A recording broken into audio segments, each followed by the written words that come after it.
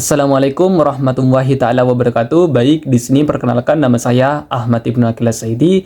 Saya dari program studi agama Islam semester 6. Baik, saya akan mereview apa yang telah dijelaskan oleh Bapak Matsai mengenai unsur-unsur jarimah dan juga macam-macam jarimah. Perilaku jarimah atau perilaku yang dikatakan jarimah di sini apabila mengandung syarat dan juga rukun-rukun jarimah. Rukun-rukun jarimah di sini yaitu terbagi menjadi dua kategori. Yang pertama yaitu adalah rukun jarimah secara umum, yang kedua adalah rukun jarimah secara khusus. Rukun jarimah secara umum artinya bahwasanya unsur-unsur tersebut harus terpenuhi pada semua jenis jarimah. Sedangkan unsur secara khusus artinya bahwasanya unsur tersebut itu tidak atau hanya terpenuhi pada sebagian jenis jarimah. Yang pertama itu adalah unsur secara umum.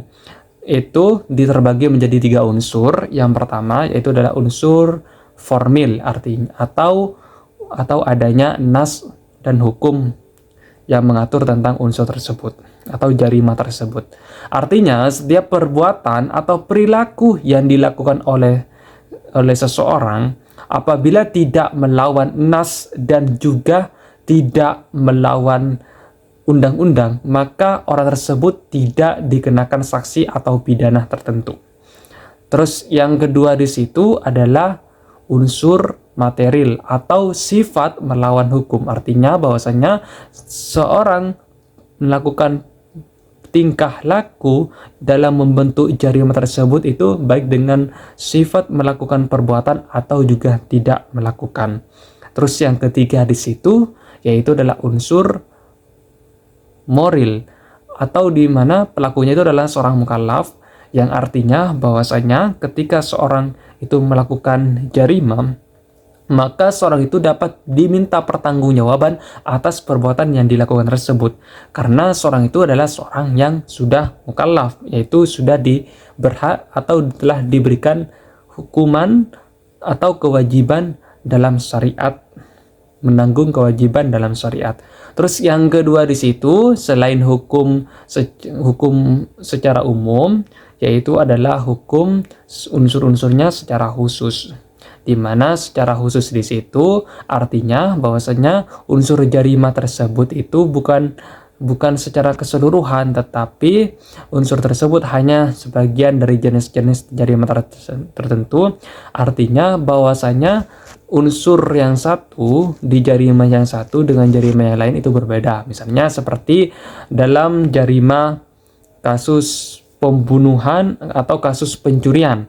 Kasus pencurian di sini artinya kita mengambil hartanya orang lain itu secara sembunyi-sembunyi dengan syarat tertentu dan juga mencapai nisab tertentu tanpa harus diketahuinya. Sedangkan dari jarimah yang lain yaitu adalah kita itu misalnya dari jarimah perampokan. Maka di jarimah perampokan itu kita itu bukan lagi mengambil harta secara sembunyi-sembunyi, tetapi mengambil harta orang lain itu secara terang-terangan dengan menggunakan senjata dan juga membunuh atau bahkan melukai orang tersebut. Nah, ini sudah berbeda antara jarimah yang satu dengan lainnya. Itu yang disebut dengan unsur khusus. Baik, selanjutnya yaitu adalah macam-macam jarimah.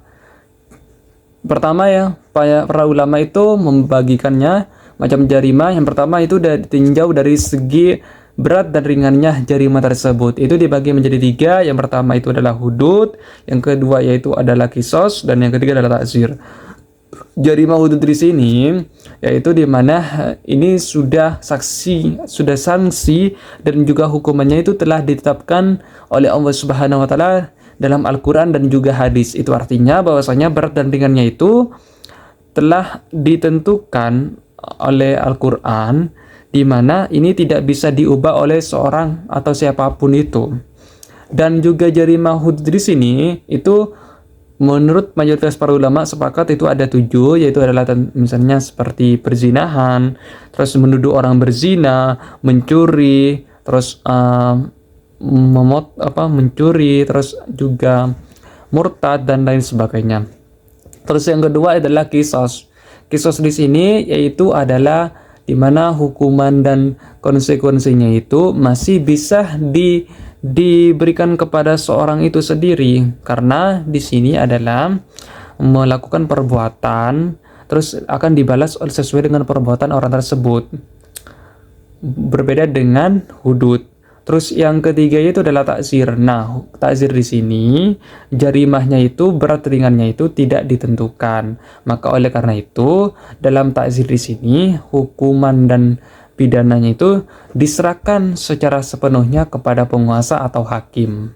Itulah jarimah dari segi berat dan ringannya. Yang kedua itu dari segi niat pelakunya.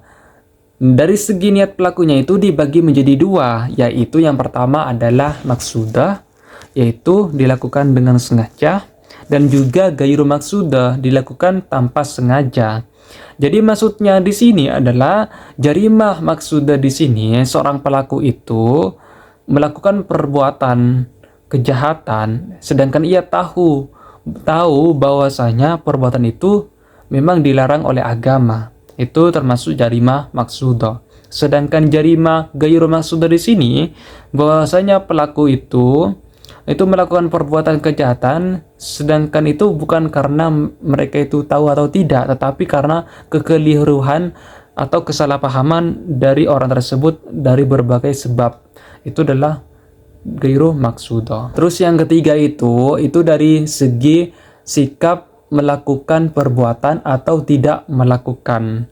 Artinya ini dari segi pelakunya itu dibagi menjadi dua, yaitu adalah jarimah ijabiyah atau hukum positif, yaitu di mana orang tersebut atau pelaku tersebut itu melakukan hal-hal yang dilarang oleh hukum atau nas. Misalnya dalam Al-Quran kita dilarang untuk melakukan perzinahan, tetapi kita melanggar atau melakukan perzinahan tersebut. Ini sudah melanggar aturan dalam hukum nas tersebut. Terus yang kedua itu adalah jarimah salbiyah, yaitu atau yang disebut dengan jarimah hukum negatif, yaitu kita itu tidak melakukan hal-hal yang diperintahkan hukum atau nas. Misalnya kita tidak membayar zakat atau kita tidak memberikan makan para pidana atau hal lainnya. Itu termasuk pada jarimah salbiyah. Terus yang keempat itu adalah jarimah dari segi siapa yang menjadi korban. Itu terbagi menjadi dua kategori. Yang pertama itu adalah jarimah masyarakat dan juga jarimah perorangan. Jarimah masyarakat di sini artinya bahwasanya itu adalah hukuman atau jarimah yang melindungi kepentingan masyarakat. Misalnya seperti jarimah perzinahan dan juga jarimah khamar, itu dilakukan untuk melindungi kepentingan secara umum atau masyarakat. Terus yang kedua adalah jarimah perorangan. Jarimah perorangan di sini artinya hukumannya ditetapkan kepada perorangan yang bersangkutan. Jarimah seperti ini itu misalnya seperti membayar diat atau juga dikisos, seperti itu. Itu untuk melindungi kepentingan perorangan saja. Dan yang terakhir itu adalah ditinjau dari segi ketertiban umum, artinya bahwasanya pidana di sini atau jariman di sini itu bertujuan untuk mendapatkan kemaslahatan dan juga kenyamanan bagi seluruh masyarakat. Nah, dari sini, dari jarimah yang kelima ini itu dibagi menjadi dua kategori. Yang pertama itu di jarimah biasa, di mana jarimah di sini yaitu adalah tidak ada unsur politiknya, yaitu misalnya tentang dalam melakukan keagamaan gitu, membela keagamaan. Terus yang kedua itu adalah jarimah politik, memang ada unsur-unsur politiknya, seperti kita itu melakukan gerakan demo untuk menegakkan keadilan kepada pemerintah, seperti itu. Itu mungkin yang dapat saya sampaikan. Kurang lebihnya mohon maaf. Billahi taufiq wal hidayah. Wassalamualaikum warahmatullahi wabarakatuh.